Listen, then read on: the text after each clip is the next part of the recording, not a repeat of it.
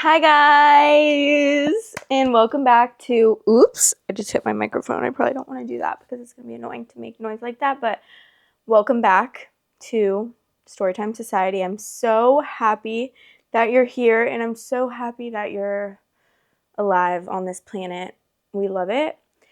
Oh, I got my hair done. You know what's crazy is usually you guys only know me with like my natural color hair and it's like this length, which usually it's more like this length or a little bit longer. And I have been dyeing it darker for like years, but this past year I just decided to like do my natural color for a little bit, and then it just grew out because I am so like I'm not good at taking care of myself or like doing maintenance on myself. Like, genuinely, I'm terrible at it. I don't like going to get my nails done. I love after, obviously, like, I love to have my hair done and have my nails done, but, like, the thought of making the appointment, like, I've told you guys before that I struggle with things like that, like, just little tiny things that it's just, like, so easy and I just could call and make an appointment and it's, like, the easiest thing in the world, but my brain, I have problems. So, unfortunately, it is hard for me, but yeah, so I found a new salon near my house, my new house, and I really liked the girl. We had so much in common. Like, we literally chatted for the whole two hours that I was there. I brought my book because I was like, I didn't know. You never really know how it's going to go. So we were yapping the whole time, and we had so much in common. It was crazy. But yeah, she was really nice, and we love her.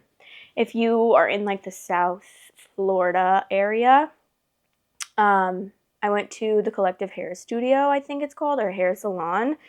I'm not sure which one it is. And my hairstylist was Taylor Mudge, which she's amazing. So if you ever feel like going to see her and you're in this area, you should definitely go see her. She's like so nice, so sweet, and she did exactly what I asked her for. I literally was just like, I want like a dark brown, almost black, but not black, because I used to have my hair black and it was very much like way too hard to maintain the way my hair would grow out, looking like I didn't like the way that it looks when it's like light brown to like black hair. But I mean, my hair is almost like black. It's just like, it's a big difference though from this color to black. You don't really realize it until you actually like dye your hair black, but black is like just so pigmented. But I hope you guys can see me. It's like kind of, I don't know, it's kind of gloomy here today. It's been storming a lot because of the whole Hurricane Debbie thing, like in Tampa. And so we've had like a lot of tropical storms. My mom went home yesterday. Oh my God, we had such a fun week, and we didn't end up filming. And I honestly forgot until now that I said I might end up filming with her. But I think we were just like, I was trying to get this stuff like done and hang out with her as much as possible. But we were together like 24/7. And then Saturday I got my hair done because I wanted to get my hair done. But then we also had an engagement party that night for my boyfriend's best friend. And when I tell you, I don't drink that often, but I got way too drunk. It was open bar, and I was like, let's go. Like, okay, like, well, I want to get like a little bit drunk, but I didn't really think that I was going to get that drunk. And then I ended up getting mad at my boyfriend, as always. Like, I swear every time I get too drunk, I end up getting mad at my boyfriend for no good reason, but it happens. And yeah, so I was mad at him for God knows what, like literally who knows. And he was really sad. He like really thought that I hated him. And the next morning I was like, girl, I was just drunk. I don't know why you actually like trust that. I was for real mad at you when I was just drunk. Um, so yeah, that night, that was my mom's last night, which I kind of feel bad, but at the same time, like we had this engagement party and it was my boyfriend's best friend, and we like were there when he proposed and stuff, so I felt like I had to go. I mean, obviously he had to go, but I really wanted to go too, and I was with my mom like all weekend.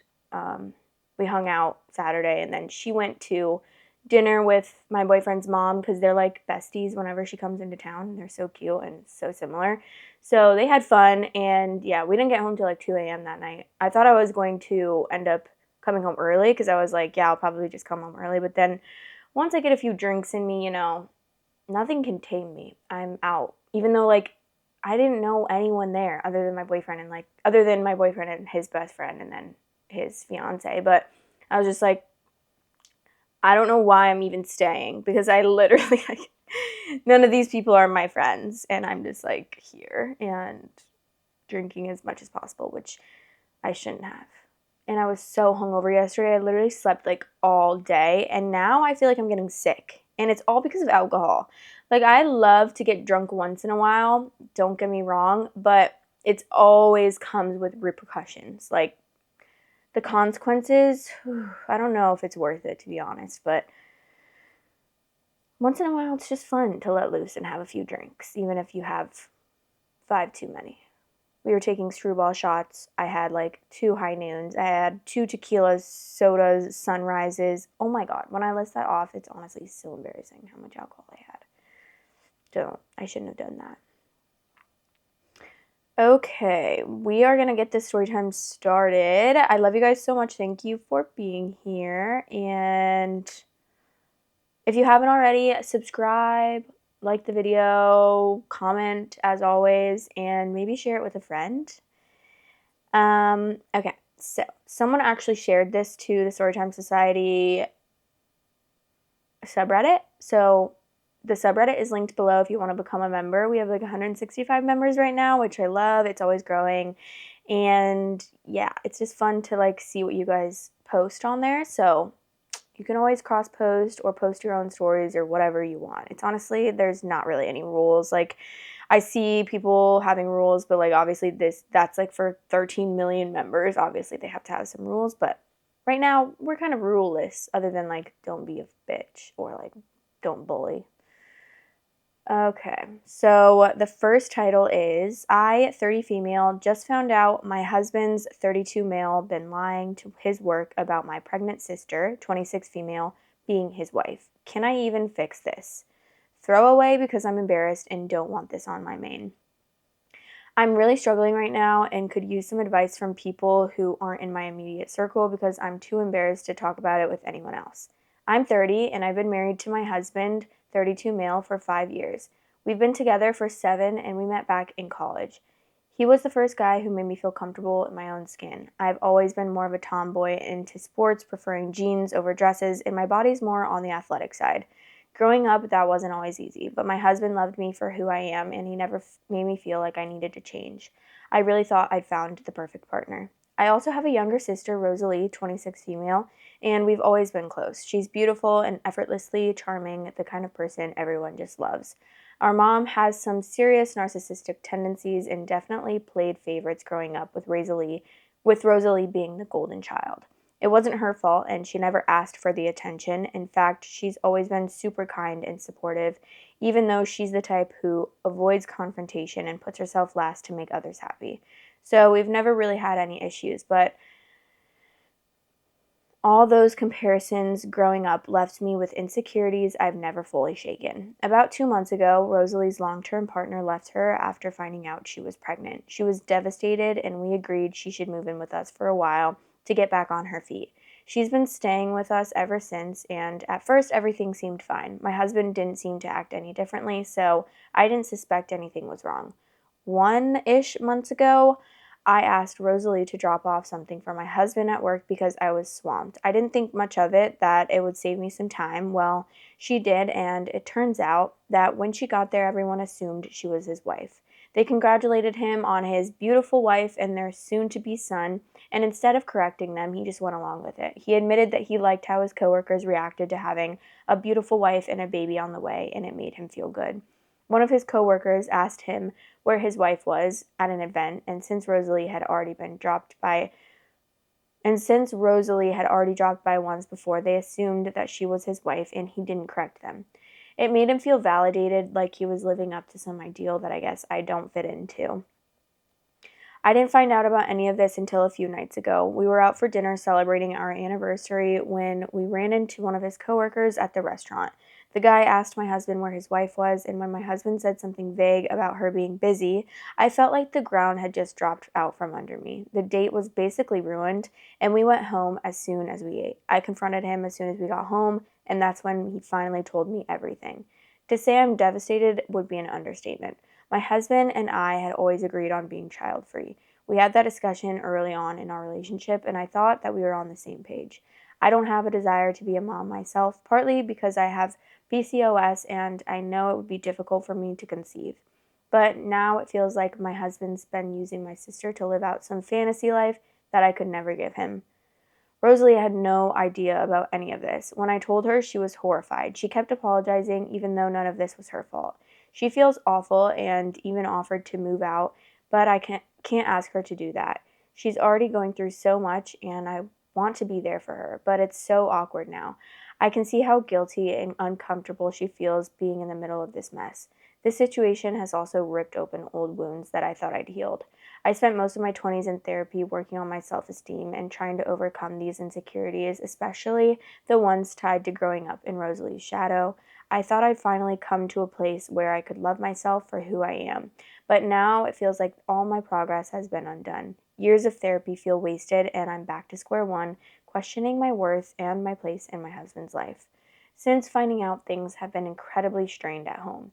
My husband and I aren't even sleeping in the same bed, and we've barely even spoken to each other. The trust we once had feels shattered, and I have no idea how to even start repairing it. I feel so betrayed. If he can lie about something like this, what else is he hiding? Did he think I wasn't good enough to be introduced to his colleagues? And why has he never talked about his work friends before? I'm starting to wonder if he's been hiding me because he's embarrassed by who I am. This whole thing has dragged up every insecurity I've ever had. I've always felt like I didn't measure up to Rosalie, even though she's never done anything to make me feel that way. But now it feels like my husband has confirmed my worst fears. He's chose to pretend Rosalie was his wife because she fits some ideal image that I don't.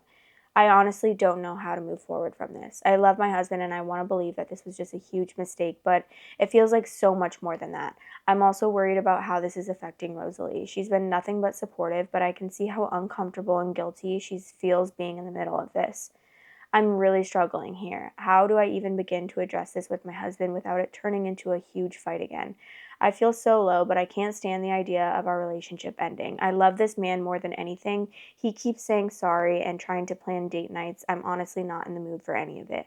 I've cried 2 times and have binge ate more than I have ever before. How do I live my life now knowing that I'm possibly not enough for my husband? Boo. Um, oh God. I hate when it's something so like, obviously this isn't like, oh, he didn't cheat on you or like whatever, you know? It's something like seems small, but in reality, it's really not. Like the fact that, like, okay, it seems small because it's like, oh, he just like went along with this. Like it's not that big of a deal, but what is the deeper meaning here? Because clearly there's a deeper meaning. Somehow, some way he feels a certain way subconsciously. May be subconsciously, maybe it's not, maybe he's really truly like aware of the way that he feels and he obviously just hasn't expressed it, but I feel like he needs to honestly go to therapy and probably talk about this, like what was the root cause of doing that, unless he already feels like he knows that. And if he does already know, I think he needs to tell her straight up why he did that, like,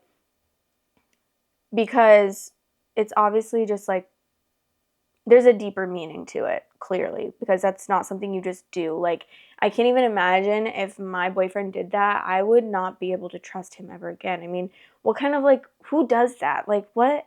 I'd be like, oh no, that's my wife's sister. So what does he, I don't understand why he would do that, first of all. And second of all, just like apologizing and saying sorry and trying to plan date nights, like that's not enough. Have you guys really like talked about it? Because I feel like you don't need to even worry about addressing this with your husband without it turning into a huge fight again. Like he should be talking to you about it to make sure that you know like everything that's going on in his brain and really like the reasons behind why he did that. Because the fact that the fact that you're even feeling like you can't talk to him about this is obviously a red flag.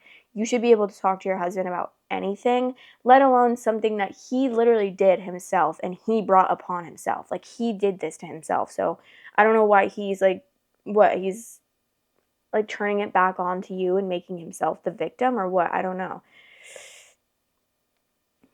But it's really annoying, and I think he needs to man up and talk to you about it and fix it instead of ignoring it. Obviously, you guys haven't talked about it in the depth that you should talk about it, and sorry is not enough.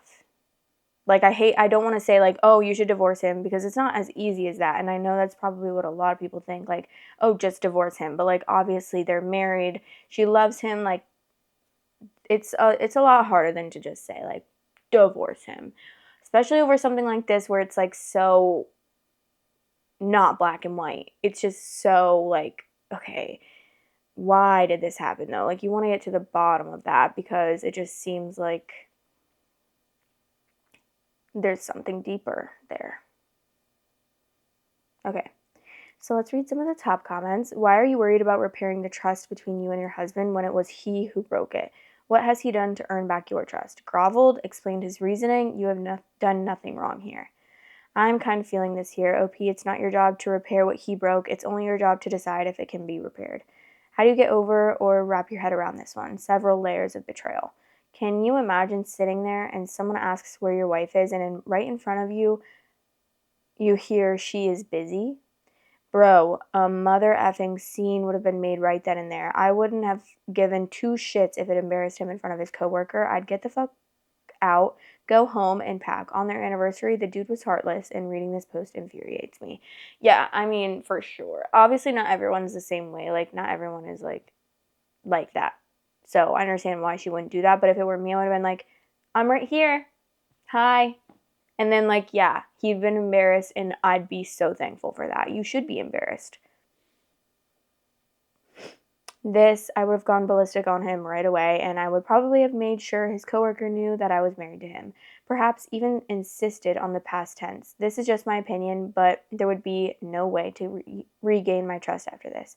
The man lied to his coworker in her face. What does he do behind her back?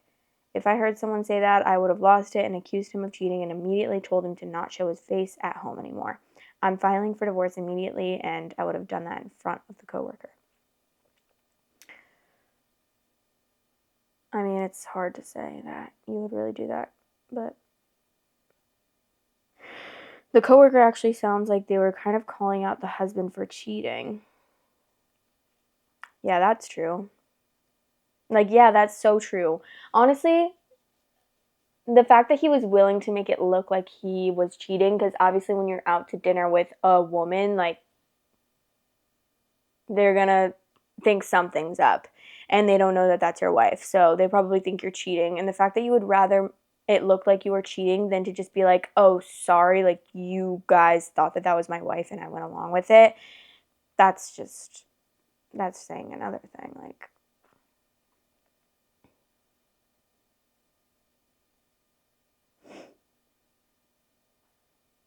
ugh, there's no updates, but that's just so annoying.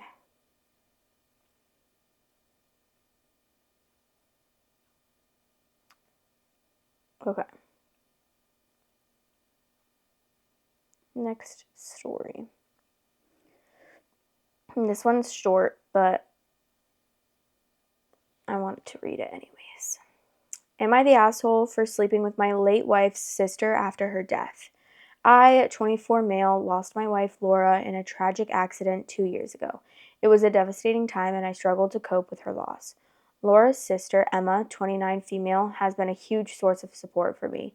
We've always had a close relationship, and her presence was comforting during my darkest days. About 6 months ago, our relationship started to change. We began spending more time together, and eventually we ended up sleeping together. We did it multiple times, but it left us both feeling conflicted. We talked about it afterward and agreed that it was a mistake, but things have been weird ever since. Emma is worried about how our family will react if they find out. My in-laws have been incredibly supportive of me, but I'm afraid this could change things if they knew. I genuinely care about Emma and don't want to hurt her or cause any family drama, but I'm also torn about whether I should be honest about what happened. Am I the asshole for sleeping with my late wife's sister, and should I tell my in-laws? I feel like that's such a common thing. Like when I posted a clip on TikTok of the last story that was talking about the girl sleeping with her late sister's husband, which is kind of like the opposite of this, right? Yeah. But I don't think it's not the same, because I think the girl that he slept with was younger, but it was like all the comments were saying like, oh, biblically that's like so normal and like supported, and honestly it's way more common than you think, and like blah blah blah. Sorry, I had to make sure it was actually recording because something is wrong with my brain. And yeah, a lot of the comments were like gearing towards the fact that it's normal, and like, yeah, that's obviously expected. That's what a lot of people were saying. But obviously, I have no idea about that. Like, I didn't know that was even a thing. And I didn't know that was like a thing in the Bible at all. I never have heard of that before. Which, I'm not saying it's not. It's just, I don't know. I haven't heard of it. Oh my God, I have like hair in my eyeball or something. Okay, top comment says, get therapy. Make sure that this is real and not just grief that brought you together. This might hurt you both. Yeah, I would say that is probably like what I was thinking without knowing really how to put it into words, because obviously it's like, I can't be like, you can't be like, oh, you're such a shitty person, blah, blah, blah, blah. Like, you don't really know what you would do in a situation like this. I mean, this is a very like, you're very sensitive and vulnerable, and both of you are going through a lot, and you're bonding over this situation that is like such like a deep, serious situation, and you both obviously were so close because that's like her sister and then her husband, obviously close in different ways, but and keep your trap shut to your wife's family about it. It might not go over well, especially for your wife's sister. This should be the top comment. Deal with it between you and Emma, possibly with a therapist or clergy, if desired. Your in-laws don't need to know what goes on in your bedroom. If the sister wants them to know, she can tell them. It's her family, not yours. It is also his family. They are his in-laws. However, I do agree it's nobody's business what goes on in his bedroom. The sister is an adult, not a child. I can even imagine the fact that he was 22 when he lost his wife. Like, that's honestly so sad and crazy. Like, that's so young to go through something like that at such a young age. Oh gosh, excuse me. While I agree this is therapy worthy, it's not that uncommon. Apparently, a lot of widows/widowers find comfort in their late partner's siblings in a romantic way, and sometimes it works out, sometimes it doesn't. And that's exactly why he needs therapy, to make sure he actually has real feelings that's going to last and not just trauma bonded with the sister. Because if it turns out to be the second alternative, it won't work out. And if he then still went ahead and pursued a relationship with the sister-in-law, they would have possibly blown up all their lives for nothing. I hate to say, I think you used the trauma bond word wrong. That would be inferring that they are like actually bonding over trauma, right?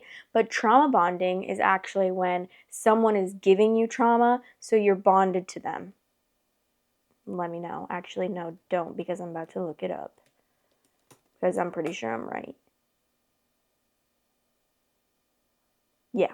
A trauma bond is a strong emotional attachment that forms between a person and someone who abuses or mistreats them. I was right. Yeah. So that's not the correct term to use. Not that it matters, because that's not even what it's about, but still. I just needed you to know that. But also, okay, there we go. I was going to say I can't find the tab that I was on because I have so many. I'm sorry for your loss. It isn't unheard of when two people are mourning the loss of someone they both love and becoming closer.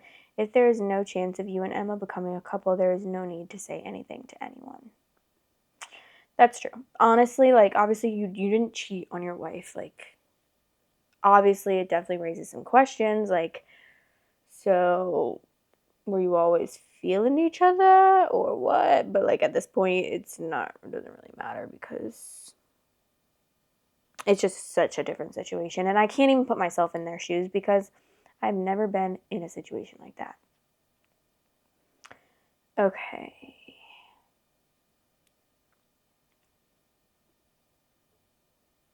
Oh my gosh, this one's so... I always end up, like, cross-posting such short stories that I don't mean to, but I still want to read them because I like the titles. I don't like them. I like them. Okay, whatever. Am I the asshole for postponing our wedding because my fiance wants to have pictures of her late husband in it? My fiance and I have been together for about 3 years. We got engaged 6 months ago. We were doing some planning and she mentioned, where do you think late husband's name's pictures could go? I was confused and I asked her to clarify. She said she wants her late husband's pictures at our wedding. She went into more detail at my request. She wants one of the bridesmaids to hold his picture during the ceremony, as well as having a picture on our table. And when taking pictures, she wants to hold him in most pictures. I told her that I didn't want that, and while I understand he's important to her, I feel uncomfortable with his pictures in our wedding, especially when they're so prominent. We got in a huge fight, and she yelled, I can't believe you're jealous. He's effing dead. What do you think I'm gonna F him at our wedding? I decided to postpone the wedding, and honestly, I'm thinking of calling it off altogether. Okay, for me, in this situation, I feel like both of them are overreacting. I don't know if that's the right word or not, but okay. So I understand, like, that's definitely, it's like you don't really want that in every crevice of your wedding. I feel like for me, if I were the husband or the fiance or whatever, I would have been like, hey, I respect that. Like, I understand that he means a lot to you.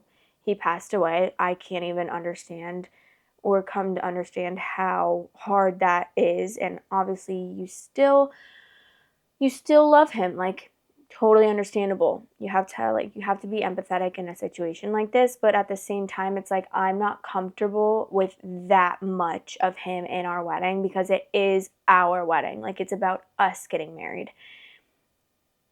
I'd be like, hey, what about if we dedicate a seat to him and we keep his picture on the seat during the ceremony, and then that's it. Like, there's no need for you to hold his picture in every wedding photo. Like, that's just yeah, I hate to say it, but I don't think that's like a normal thing to do. I just don't. Like, I would not be comfortable with that either. I don't want that. Like, what?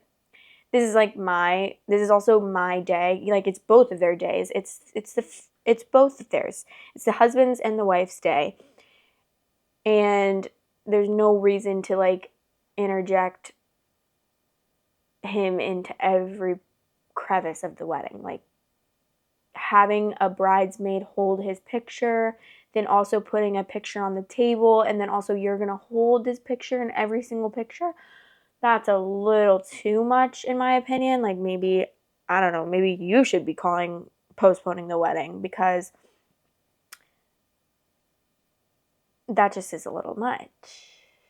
So, yeah, I stand by what I said. I think that one, like a picture and a chair dedicated to the late husband would be completely appropriate. In my opinion, maybe others wouldn't feel that way, but I definitely think that you need to respect the way he feels about it, and he also needs to find a way to like respect the way that you feel about it as well. But there's a common ground that you guys can compromise and agree on. That doesn't have to be so like extreme one way. He's in every picture and on every table and every crevice of the wedding, and then like he's not in it at all, which is obviously two like extremes of the problem. But you guys can meet in the middle. I don't know. It's obviously a sensitive topic because I've never been through that. So I don't know how it feels. I don't know how I would feel. I don't know what I would want. Like, I mean, I don't think that I would want that, but I obviously don't know because I've never been in that situation. Okay, some of the top comments. Not the asshole. That is an extreme request. It was way overboard. She is not ready to marry you. She's not ready to marry anyone alive. She's using you as a husband replacement. She doesn't see you for you. Never mind a request, for the thought to even cross her mind. A side table to honor the dead is a way to incorporate them into the ceremony without them being in every picture. Not the asshole. She is fighting the wrong battle. It's not that she's going to go back to him, but he doesn't need to be in every wedding photo being taken. Not the asshole. Not the asshole. She's going overboard, and the symbolism is not good. She has to have a place for him. That's understandable. But there are 2 stars in the wedding, not 3. This is not about jealousy. It is about minimizing a permanent grief. It's about your wife. It's about if your wife has the capacity to marry you. The symbolism makes it seem like a renewal of vows with OP as a stand-in. Right, I'm still married to my former husband, and I want everyone to know that. This new guy is not my new husband. He's a stand-in for the husband I want. He'll do for some things, I suppose. Sounds like OP's wedding is being treated like a memorial service. Big red flag. It's not like she's not fully ready to move on and truly commit to OP. Oh, it's like she's not fully. Okay. Exactly. It feels like OP is marrying her past, not building a future together. If I was OP, I would feel like the wife is using me as a body for her late husband. It's way too much. The fact that she can't see how shit it would make OP feel is a problem in itself. I'm surprised she doesn't just go for it and ask OP to hold the photo over his face instead of having a bridesmaid hold it. Oh gosh, yeah, honestly. Not the asshole. The wedding is just the start of lifetime grieving process. In the post married home,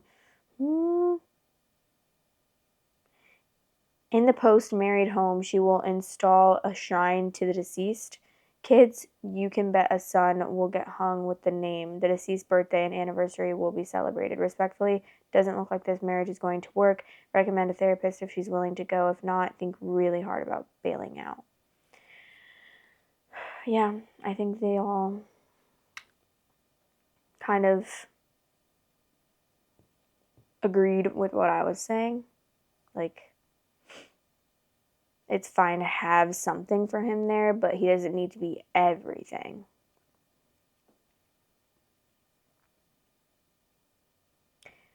Okay. Next story. Girlfriend of 6 years won't stop asking for a ring. Am I the asshole? So it's exactly as the title suggests. I, 37 male, have been with my girlfriend, 35 female, for 6 years now. We have been living together for 5 years. We both have good jobs that pay well, and money isn't an issue. She has a daughter from a previous relationship, and I've known her since she was 2, and she is now 9. Me and my stepdaughter get along great. Everything is fine, but I'm constantly getting asked by her, when is she going to get a ring? She said she's not willing to look at houses or to get a house until she has a ring.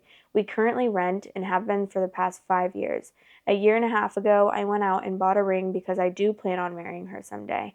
She's the woman I want to be with. I just want to wait until I'm ready and the timing is right for me.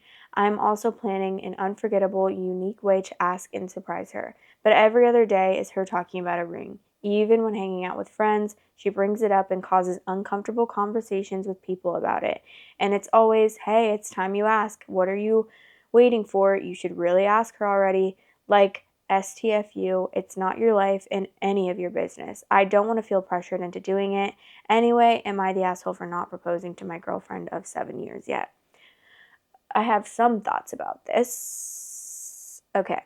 So I feel like, first of all, I don't know if you guys have had like a serious talk about it, but I would say you should have a serious talk about it. Tell her that, which I'm confused because you're saying not proposing to my girlfriend of 7 years, but the title says 6 years, so which is it? Okay, but anyways, that's not the point. The point is that I feel like he needs to talk to the girl about it and be like, hey, I do want to marry you. Like, I 100% see myself with you for the rest of my life, and I just really want to make sure that it's the right timing for me. I want to plan something really amazing. I want to get the best possible ring, and I just don't want to feel pressured into it because I feel like, in my opinion, the more someone brings up something, the more it makes you not want to do it because it's like, what, okay, you're just going to like keep berating me about it, and then it's going to seem like the only reason I proposed to you is because you've been berating me about it. You know what I mean? I feel like that's like a big thing with things like this, because obviously girls, after they're dating someone for 6, 7, 8 years, they're like, where the fuck is my ring? But obviously, like, it's totally okay to be not ready yet. There's no like perfect timeline for anyone, but the thing that I feel like you need to do is really have a serious conversation with her. And if she can't have a serious conversation with you about it, then maybe you go to a therapist and you guys talk and be like, hey, this makes me uncomfortable that you're always bringing it up, especially in front of other people. It's kind of like humiliating in a way, like, because then they're obviously saying, like, you really need to do this, you really need to do that, but like, no one can tell you when is the right time for you. But I feel like you need to make it known to her that you obviously really want to be with her. I completely understand her not wanting to look into houses or get a house until she has a ring. Like, I would feel the same exact way. I'm not going to buy a house with someone that I'm just like boyfriend and girlfriend with. I don't really see, like, I feel like getting a house with someone is like, it's like legally more, in my opinion. It's like, okay, because then what if you guys broke up and then you have to like end up deciding what to do with that? Like, there's no point in doing that, because if you're not, I don't know, everyone's different, so that's just my opinion, but I would not get a house with someone until I was married to them, probably. Like, I don't even think engaged is enough for me. I feel like I would want to be married first. I don't know. I'm trying to think about that. I'm like, would I? I definitely would want to be engaged first, but I think I would also want to be married first. I'm not sure. But yeah, it just seems like you guys need to really have a conversation about it, like a serious conversation, so that she can understand where you're coming from and understand that it's really like pressuring to always bring it up in front of other people, especially because it's a personal thing. Like, you guys need to talk about it instead of having her bring it up all the time in front of other people. But yeah, I mean, if you do obviously see a life with her and you already got a ring and everything, it's like, I mean, what are you waiting for? It seems like you want to marry her, and you already have been thinking about it for a while. So I don't really know what it would hurt to like do to ask her, but at the same time I understand being like, you don't want to just because she keeps bringing it up all the time, and it's like, it kind of takes away a little bit of the specialness of it almost, in my opinion. But I don't know. He'll probably only ever show her the ring when she leaves him, so he can say, see, I was planning on proposing to you, but you ruined it. This is your fault. Considering that he apparently bought the ring a year and a half ago, that's exactly what his plan was. My now husband bought my ring in May and proposed on a random night in August. He had the whole proposal planned for the fall and just couldn't wait. If he wanted to, he would. I bought my wife's ring and had a whole big idea and ended up just asking her on a random hike because I didn't want to wait anymore. I had only had the ring about a week. And that's amazing. But not everyone is the same is the problem. It's like, I hate the societal like norms of everything. It's like, oh, well, this happened to me and this is the way that it was, like, and we're in a perfect happy relationship, so why are you waiting so long? It's like, I understand both ends of it, and I don't know. I feel like they're villainizing him in a way when like you don't even know him. And we really don't have that much information, to be honest. I bought my wife's ring when we were long distance because I found the perfect one on sale for Black Friday. Planning to propose on the beach when she visited over the summer, we were discussing something about our kids. I have full custody of two from a previous relationship, and they decided on their own to start calling my wife mom, and I just felt so much love that I technically proposed over the phone. Then she visited for Christmas, and I did a big proposal then, but we had already started planning and she knew it was coming. We got married the summer I was originally going to propose, so it worked out perfectly. What? As said wife, I'm glad you did, especially since, I won't lie, I had been planning on proposing to you, too. Had been since we were younger, too, just never found the right ring before you beat me to it. Something told me that getting you the one ring to rule them all and calling you my precious would have been a little too cheesy. That's funny. Okay, so it seems like everyone's just telling their proposal stories now. I'm like, what is your opinion, though? Can I please? Can I know what your opinion is? Yeah, I think everyone just hates this guy. And they're all pissed. But I guess maybe I was too nice. I was giving him too much the benefit of the doubt. I don't know.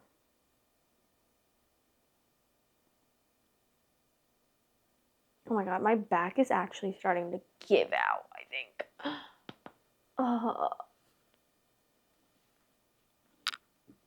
Ouch. Okay.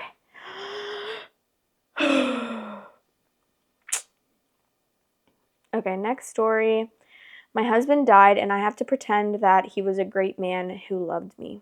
My husband passed away 3 months ago. I was relieved of that. He abused me financially, mentally, and even physically. When I got pregnant, he convinced me to quit my job, saying that he would take care of me. I could never buy anything again without asking his permission. I couldn't even buy a cream without asking his permission, and he decided if I could or not. Even months ago, that I had a little money of my own, I had to ask him for permission to buy something. What was mine was theirs, and theirs was theirs. But I stayed there because I still loved him, and I didn't have a place to go. I had too low self-esteem and let myself be stepped on. When I stopped loving him, he had already had his first affair. He made me believe that I was to blame for the affair because I didn't want to have sex months after my birth. That left me torn, and I had to receive stitches. I was already planning my exit and saving up money little by little while I was working selling things from home since he wouldn't let me work outside because he was very jealous. I wanted to pay for a lawyer. He was having another affair with a friend of his, which luckily kept him busier, and I didn't care anymore that he didn't pay attention to me. I wanted him to stay as far away as possible. I knew that man, and he knew me. I could have made a big fuss, but I didn't. I kept quiet, planning my way out, while he and that man slept together in secret. I only felt disgusted by my husband, nothing more. But my husband died in a way I never would have expected. He is now a martyr. When someone dies, all the sins of that person disappear, because that's what even my family thinks. Those who knew about his affair and how he manipulated me are now talking about how a good man he was, and we shouldn't insult someone who's dead. Everyone around me talks about how beautiful our relationship was. His family talks about how what a great man he was and always focused on how he was always focused on giving everything to me and our kid. His affair partner hugged me at the funeral, saying that my husband loved me. His friends told me what a great person he was. Everyone talks about how good what? Everyone talks about how good he was and how he is now an angel in heaven, and I have to pretend to be sad. The day that he died, I cried a lot, but not out of sadness. I cried with relief, and I felt free. It would have taken me too many years to save to pay for lawyers with my little store without realizing that I was keeping money in secret. He would have kept everything. He would have made my life a hell, and I know it because he had told me so every time I stood for myself. Wait, because he had told me so every time I stood up for myself. But now I have the house. I have everything. I have the monthly money for being a widow. I have my children totally with me. I have started a psychologist. Everyone thinks that I do it to cope with my grief, but no. It's to overcome the abuse I suffered from him. It was really hard to pretend being sad in the funeral, but I did it for my child. I did it because now everything is over and I'm free. If I made a fuss, my ex-mother-in-law would have done something so that I wouldn't keep anything. They were just like him. But now I'm just a sad widow who needs help in their eyes. This silly widow who didn't know anything, but that's helping me to be free and have what I deserve. Sorry for the bad English. I used the traductor for many parts. Edit. We are not from an Islamic country, and here same-sex couples can live and marry freely. He just cheated on me with a man like he cheated on me with a woman. I guess he was bisexual. The way that I'm so stubborn, I don't even know if that's the right word for it, that I would need to tell everyone what a shitty man he was and what he did to me, because I could not just go on being silenced. I couldn't do it. I would be like, no, actually, he was one of the worst people that I've ever known. He abused me in every way possible. He had an affair. Oh, actually, hey, he had an affair with you. Like, I would be at the funeral being like, pointing out the affair partners. Like, yeah, actually, didn't you actually have an affair with him for the past year? Yeah, that's what I thought. Like, I couldn't do it. I couldn't. When something, I always have said this. Well, actually, I've always said this, but for the past few years, like, when I started to realize myself and, like, realize myself? When I started to, like, come to myself, like, and understand myself more and, like, know myself, I have realized that I am not, like, a confrontational person. I am not, like, I don't feel like I need to always like say something. I don't even know how to explain it. I'm not a confrontational person. I'm not like a drama starter or anything. But when something is wrong, when I know that someone is doing something wrong, when I know that someone is a bad person, when I know that someone is like doing something that's wrong to me or wrong to other people and I'm in a position to say something, I'm going to say something. If I know that what this person is doing is wrong, then I am gonna be confrontational because I like not saying that I've never like I'm the most perfect human being and I've never done anything wrong in my life because obviously I'm a human, I have. But for me, it's like I will stick up for myself and anyone around me if I know that this, like, what this person is doing is wrong. And that's that. Like, I'm not going to let someone do something shitty in front of me and not say anything. That's like what makes it so hard for me. Like, I cannot hold back. I cannot be like, Like, no, I'm like, actually, I'm just very outspoken when it comes to things like that. And I'm not in general an outspoken person. Like, I'm not always going to say what I'm thinking. I definitely think I used to be a little bit more outspoken and probably came across the wrong way when I was younger. But now it's more like I'm outspoken if there's a reason to be outspoken. I don't know if that makes sense, but we'll read some of these comments. I had already left my ex when he died, but I was still so relieved. My son was a toddler, and with that abusive POS dead, I wouldn't feel that fear of him hurting my son or breaking the no contact again and hurting the no contact order again and hurting me. My son never needs to know what his dad was, and of course, I was relieved there would be no more victims. I still have a hard time receiving condolences. The man tried to kill me and would beat me over something as minor as spilled coffee.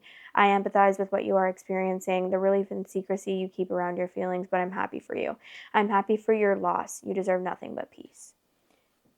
Why is it that when abusive, horrible people die, that we pretend that they were good people when we know they're rotten and the world is a better place without them? Why can't we be truthful? Because now that they're not here to show off their ugly insides, you can make them out to whoever you want them to be. This effect is called hagiography.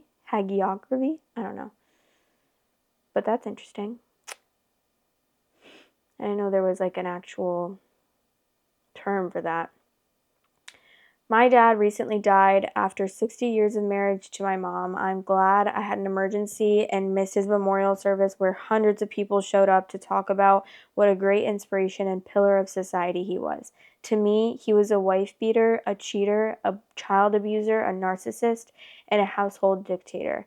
I'm looking forward to my mom's last years without that albatross around her neck. Somehow, she still mourns him a little, but I think she is more relieved than sad that he is gone too. Solidarity, OP, you are not alone.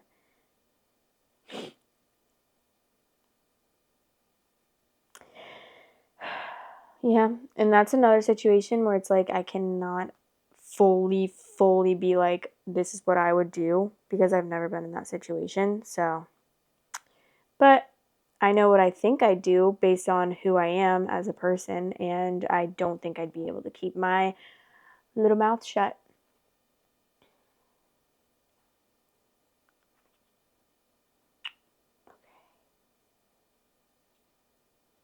Dude, my back is actually, it's like gonna, I don't know. I feel like I'm gonna literally have a hunchback when I'm done with this episode. I don't know why I've been sitting like that. Like I've been like slouching and putting my neck down. I need to like, ooh, relax. Oh my gosh. Let's read this one.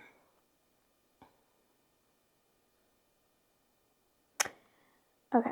Am I wrong for thinking it's weird for my boyfriend to dry hump his female cousin?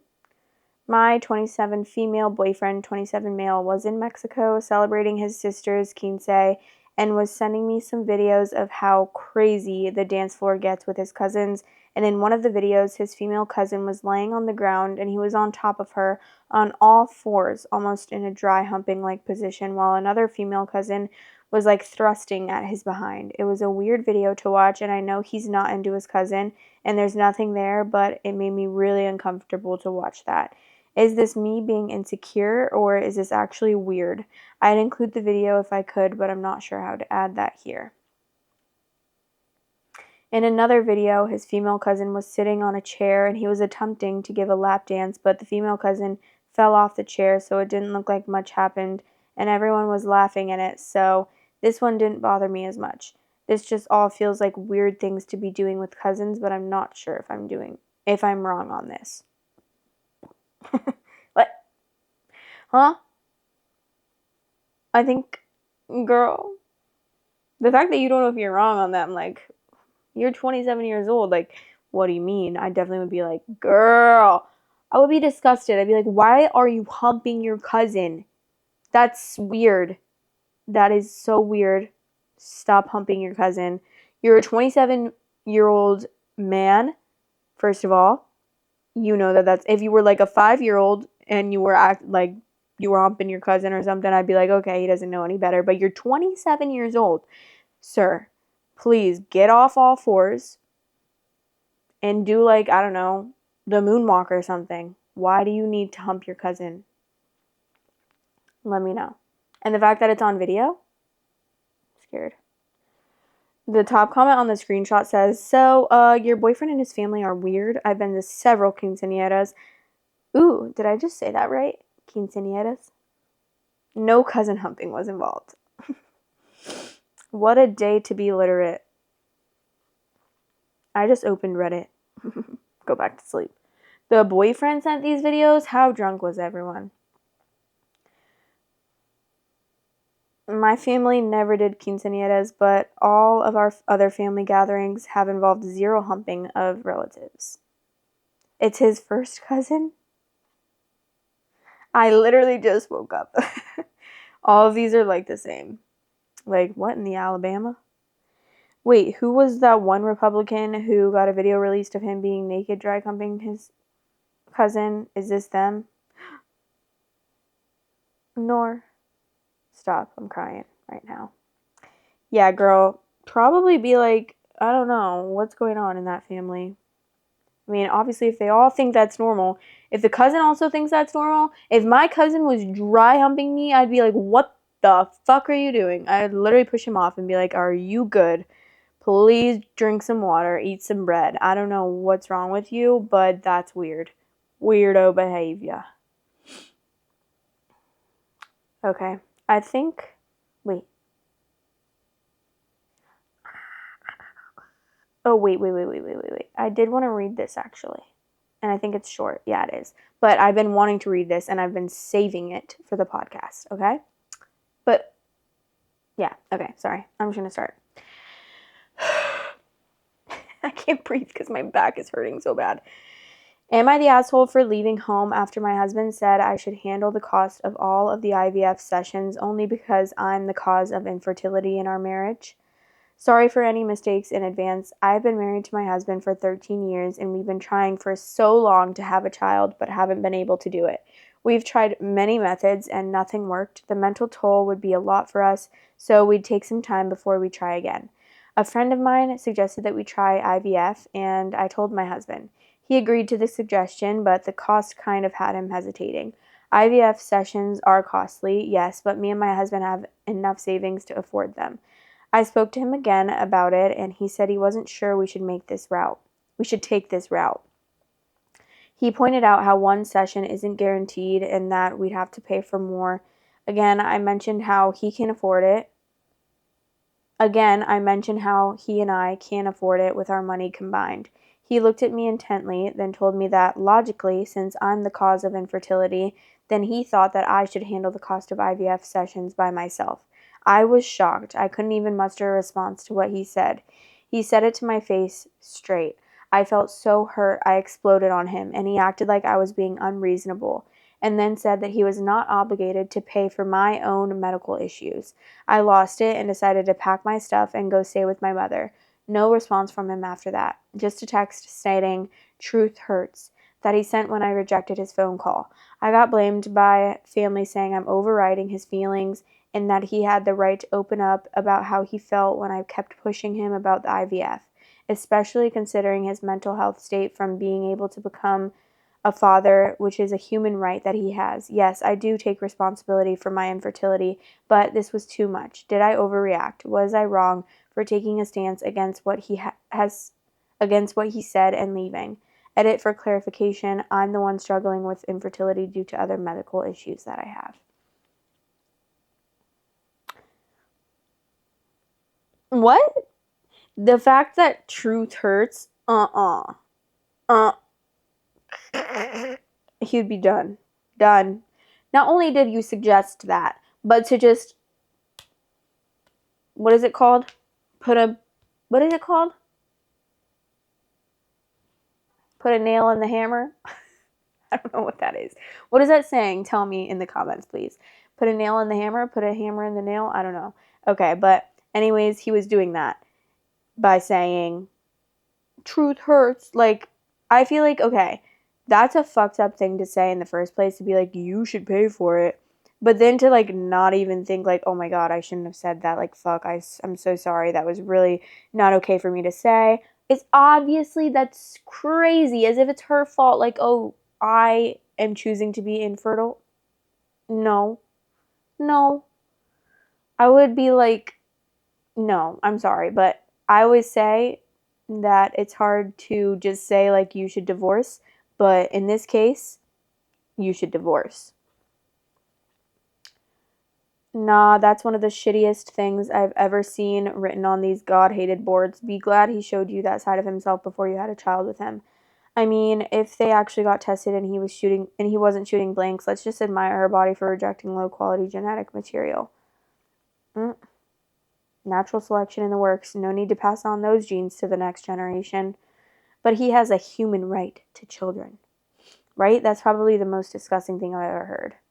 It's even worse because her own family said that to her face. They're not going to support her divorcing over his callousness and crassness, but I can't imagine living with someone that thought so little of my feelings or happiness. I hope OP doesn't have to. I can't even imagine what your relationship is like in general, because if someone really thinks that that's okay to say, how have you been married to this man for 13 years? I mean, he has to probably be like one of the worst human beings ever. And yeah, maybe that's literally just like the universe saying, hey, this man ain't it. You don't want to have a kid with him. And then watch you go on to your next relationship and you're like, immediately have a baby. No, I'm not saying that's how infertility works, but like, honestly, thank God you didn't have a child with this man's. He's crazy. I feel like I always end so abruptly, but it's like, what I don't know how else to end, so that's just what it's gonna be. Oh, and I can't stop yawning because I'm tired, and I'm always tired, and yesterday I slept for like 25 hours, so I don't know why I'm tired, and I also slept in today, so it's like, girl, get a grip, for real. I haven't really drank that much water today. I drank like this much probably, so maybe that's part of it.